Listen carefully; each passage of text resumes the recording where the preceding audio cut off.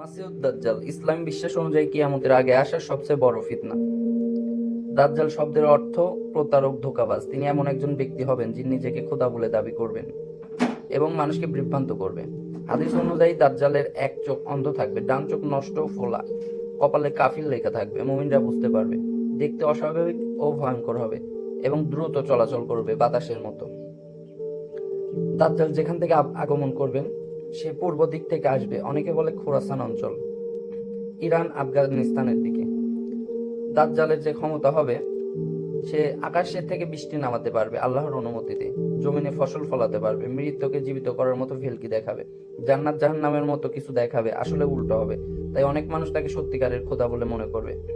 আরো হাদিসে এসেছে দাজ্জাল পৃথিবীতে মোট 40 দিন থাকবে। প্রথম দিন 1 বছরের সমান, দ্বিতীয় দিন 1 মাসের সমান, তৃতীয় দিন 1 সপ্তাহ, বাকি দিনগুলো স্বাভাবিক দিনের মতোই যাবে। দাজ্জাল চাইলেও মক্কা এবং মদিনায় প্রবেশ করতে পারবে না, কারণ ফেরেশতারা সেখানে পাহারা দিবে। এবং শেষে দাজ্জালকে হত্যা করবে আমাদের ঈসা আলাইহিস সালাম। তিনি আকাশ থেকে নেমে আসবেন এবং দাজ্জালকে ধ্বংস করবেন। এখন দাজ্জালের হাত থেকে, ওর ফিতনা থেকে বাঁচার উপায়। হাদিস অনুযায়ী সূরা কাহাফের প্রথম 10 আয়াত মুখস্থ পড়া, বেশি বেশি দোয়া করা, ঈমান মজবুত রাখা, দাজ্জালের সময় তার কাছাকাছি না যাওয়া। এবং গুরুত্বপূর্ণ কথা, দাজ্জালের ফিতনা এত শক্তিশালী হবে যে অনেক ইমানদার মানুষও বিভ্রান্ত হয়ে যেতে পারে। তাই এখন থেকেই সচেতন হওয়া খুব জরুরি।